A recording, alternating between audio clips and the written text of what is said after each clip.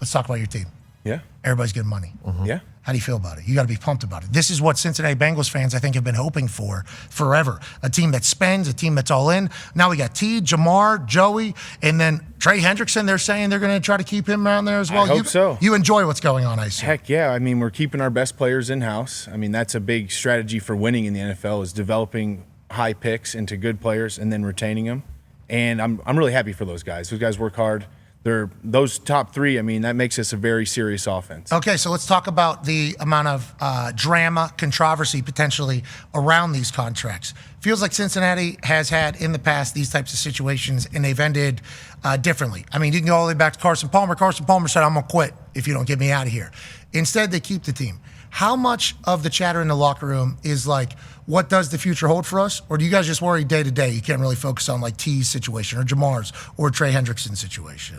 I think it's going to be a huge plus that we're not having like the hold in with Jamar and just, so there's not that periphery distraction. Overall, it's not a big deal, I would say, in an NFL locker room, but it can, when it builds up like that, it can be a negative. It got real loud every offseason. Yeah. And this was the first time Joe, I think, was healthy during training camp. Yep. And you guys still started a little slow, and then you obviously make your run, you're lurking. How do you describe last season, and like what is kind of the mentality going into next year? Well, I think not making the dance 2 years in a row, I mean, the pressure's on us. I think everyone knows that and is taking it very serious. I was, checked in with them yesterday. A lot of guys in there grinding. Okay. So, yeah.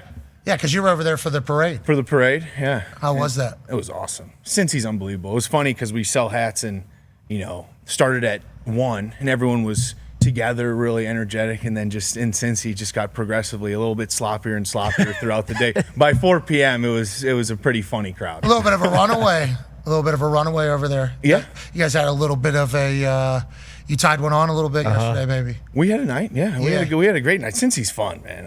It's good people. Great people. Great fan base. Unbelievable. They're expecting you guys to win, I think. Always. Everybody outside says, can you build a roster with paying that much money to those amount of players? Do you think so? I think so. I think if you look at the Super Bowl champion Eagles have a lot of money out to a lot of different positions. So I think, obviously it's going to come down to managing cap, which kind of confuses me overall. Sure. I wouldn't say I'm a cap scientist. Because some of these teams, does it exist for them? So, I'm not a cap scientist. Yeah, you have to maneuver that with that. But I think we have a lot of good players in the building, and hopefully we get some good rookies that contribute. And let's go. It's a big year. Big year. AJ has a question for you. Yeah, Ted, what do you think camp's going to look like this year? I know you guys have struggled getting off to a hot start, and you always talk about what you can do to change up camp to try to, switch things up in your favor. Do you have any idea what that might look like? I don't yet. I think that obviously we have to change something, though, with, these 0-2, 0-3 starts. So I think maybe spring might look a little different, too. I don't know, what that's going to entail, but I know that probably some more playing time perhaps in the games, these preseason games for the starters. Just to, that would be like probably the easiest thing to change and try to switch up that early season mojo. How do you feel about preseason activity? That's such it's not a conversation in reality until we get to it. And then whenever we get to it, there's always the debate. Well, are they going to start? Is it rust or is it rest with the players? And then there's different strategies. Obviously, there's teams that are top heavy with their money and they can't risk an injury, which could potentially be the situation you guys are in. So they and then there's teams like the Chiefs. The Chiefs spend a lot of money on the high end and they play as well. And then there's teams that opt none of it. What are your thoughts on it? You've been in the league a long time now. Yeah, right? So I have kind of an interesting perspective because, early on in my career, first 4 or 5 years, that preseason PS4 was basically my last chance at a resume. I was, had to go make the team in this game. So I would play, 85 to 100% of the snaps. No tapping out. No tapping out. That was like, obviously preseason 3 was traditionally like the dress rehearsal and then every fringe guy, all the starters rested and then that was our game. So, I do appreciate what the preseason means to a lot of guys going out there and fighting for a job. It's been nice to sit down for a few later in my career, but I'm a football player though. So if coach is telling me to go play, we're lacing them up. Is there something to the first time seeing full speed, even if it's not reality? I guess in joint practice. Do you guys do joint practices? Yep. Who'd you do them with? We did them with the Colts this year. Okay. And the Bears. How have you done them in the past? Yep. Fight every time? I think the second day. So I think a good rule would be one day. of joint practices because I think it's good work. That second day, it gets a little sloppy, in my opinion. You think it's because people watch film and think, oh, that was a little on Buddy? Or do you think it's they're sick of hitting the same person? I think it's a little bit of both. Obviously, you might have a vendetta from a one-on-one the day before. It's hard practices too, so guys are tired now. And I think some guys probably start fights sometimes to get kicked out. I've seen that happen a few times. You know what? This is a long. What period are we in right now? We're in period 4. This is a 20-period practice. It is 100 degrees. 100 degrees. I'm on the team. I know I'm on the team. Yeah, why not a little? Little 1-2. Hey, bud. Little 1-2. Go to the shower. Hey, bud. We want to work here a little bit. Yeah. All right, I'll keep my helmet on. You too. Bye. Boom. Bye. And then all of a sudden it comes in. Yeah. Yeah, Ted, you guys have had some, kind of movement on the O-line with guys leaving and coming in the last few seasons, and now you have it again. Kappa's leaving. I mean, Trent Brown, I believe, is gone as well. But at least all 5 projected were on the team last year. Does that make it a little bit better than a guy coming from the outside and trying to join you guys for this year? I think it's always, O-line is such a continuity position. Yeah. So whenever you can retain guys that have worked together and had a lot of reps together is a positive.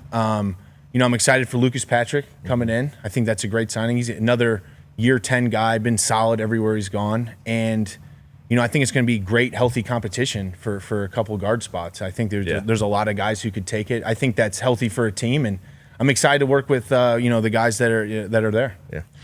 So you lose Lou Anarumo. Any other members of the coaching? Obviously, the entire defense. A lot of defense, yeah. Anybody on the offense? Or we got a new O-line coach, Scott Peters. Okay, how do you feel? Feel great. I've talked to him. I haven't met him in person yet. Was gonna call him and meet him up last night, but I was like, we're just hanging after opening day. But no, sounds great, man. I think that'll be great for everyone to get a new voice, a new way of working. I think that's always a positive, or can be. I had a lot of respect and love for Frank Pollock, but and then losing town here. Yeah. DC, Very pumped about that. Very pumped. I was happy for him. Yeah, me too. I don't. Your guys' that was an interesting storyline of last year because we all have respect for Lou Anarumo. We all know that Lou Anarumo is a good DC, but it felt like the defense was potentially, and now you have the sack king on that defense as well. It's like, how much better can the defense get? I guess that is the big question mark. I guess that is the big deal over there. I think it'll be great. I mean, you think was it injuries we didn't pay attention on defensive side? I think there's always an element of that. I mean, obviously, we were in some high-scoring, one-score games. I think the narrative's a little different if we pull out at least 3 of those. Yeah. That's really what it comes down to is just wins and losses. So, I think that the defense would have taken less heat had we been able to pull out some of those one-score games. In-season hard knocks. Not bad. Okay. First time ever on it? Yeah. Not bad. Barely noticed. Well, I don't know. And we had the quarterback thing, too, and barely noticed that. I think those guys, they did a great job. It really was not infringed at all. Congrats, NFL Films. Yeah. I thought it sucked. I think it was good, too, to show everyone. I think, I thought it was a good, well-produced show. I thought so, too. Whenever they were showcasing how, I think you guys were playing Steelers. It was a first episode. And they were literally going from Tomlin's messaging on Wednesday morning to Zach's messaging on Wednesday morning. And it was crazy how much they mirrored each other, but then also like, oh, this is what they're thinking. This is what they're thinking going in. Yeah. And then the studying of the players. And then Tomlin, I think, says to GP, like, what they're saying about you right now is this. And then Hilton was like, this is exactly what it is. It was, I think that was a view that nobody's really got to see before. Just like the off. Did you watch the offseason one of Giants? I didn't. Poor Giants for that one, but I don't think no one wanted to do it this year. No one was. Everyone was like, "No, we can't have that." Yeah, what you guys did, career assassination. Yeah, potentially for 2 guys. But that's also the first time we ever got to see it. Just like it was the first time we ever got to see 2 teams preparing for each other. Watching Zach work was interesting. Has he always been like that? Has Zach changed since you've got to know him? Because obviously he was a young head coach when he gets the gig over there, but it was a showcase of the head coaches for a lot of that Hard Knocks. I don't think he's changed much. He's obviously. I think he's delegating a little bit more now. And being more of a head coach and involved with in all facets. But it was great to see. I love the division aspect of the show. Did you expect the Ravens to have that castle that they had? I did not. No, I didn't know. I didn't. I did not. That thing showed up on a drone. I'm like, so sick. That thing looks really cool. Country club. Yeah. Yeah, it did. That's an underrated part of the NFL, though, is how cool the facilities are, I would say. Okay, let's talk about yours. See, I love our cozy facility. I love it. I think, for me, it's been really cool in my career. This is the first time that I've got to work downtown. Because New England was hours south of Boston. Miami was about 45 minutes north. So I mean, you're pulling up downtown early morning, people in their pea coats, smoking cigs, and I just love the Coffee feel of, in hand? Yeah, just driving downtown for work like everybody else. Okay. Do you like walking across the street to the practice field? I don't mind it. Yeah. Did you see that one video? Was it a Hyundai? Yeah. Oh, that came close. Yeah. Oh, yeah. I know. Watch Watch it. I know. it. You need to watch that. Especially we got a $40 million Yeah. wide receiver. Let's make Checked sure him. we're. No, they got on the traffic detail pretty hard after that. Yeah. Tighten it up. Tighten it up. And good work with Cincy Hat Company. Thank you so much. Yeah, we Still raising money? big time. Good Had a hat. big sales day yesterday. You know, we've done stuff in Indianapolis, right down the street in Lawrence is the Village of Marici, and that's where most of the funds have gone. And they built a brand new condo building for adults with disabilities. Let's go. You know, our big goal this year is we're going to bring infrastructure into Cincinnati. So, you know, I can't wait to announce some of the things we're doing. We're developing right now. The dev team is rolling, and can't thank the Cincy fans enough for all their generosity. Want to make sure there's things in the Cincy community for these people. FAQs for the dev team would be how long has this been the vision? You know, like you becoming a gap pretty much between two states, doing something for a foundation and a mission that you obviously care a lot about. Having one built over in Cincinnati is awesome. That has to be dream come true whenever it comes to this type of philanthropy for sure. Unbelievable how this has unfolded. I think one of the things that makes it so special is how organic it was. I didn't set out to sell any hats. I made this hat and people loved it, and the volume of hats we've sold has been able to do real fundamental infrastructure change for these people. So we're gonna go hard forever at it. I saw you had a news reporter asking you a question yesterday about your hat, and then he said, "You get emotional about how much you have fell in." You go, Awesome. Yeah, I get emotional for the Reds. Let's have a. Well, yeah, I mean, I'm on a float in a parade, and my emotions I'm flying high right now, brother. That was awesome. All right. Well, I'm sure the Bengals fans are pumped that they have you in the city. Congrats on all the success thus far. Thank you for making the world a better place. Thank you for stopping by. Do you want to do a giveaway of some sort? I don't want to put you on the spot. You said you could throw a football well though, because you're. Yeah, let's go. I brought you guys a bunch of gear too. Got Okay, you some cool. tanks. Got you a bunch of hats in the green room. Cincy hats. Oh yeah. All right. Well, I mean, I'll wear them. I guess. I'd like to see one on the desk, maybe a couple times. I will for you. It I will doesn't for have you. to be a mainstay, but throw it up there. You saw the Bengals social media team dunk on me. You see that? I did.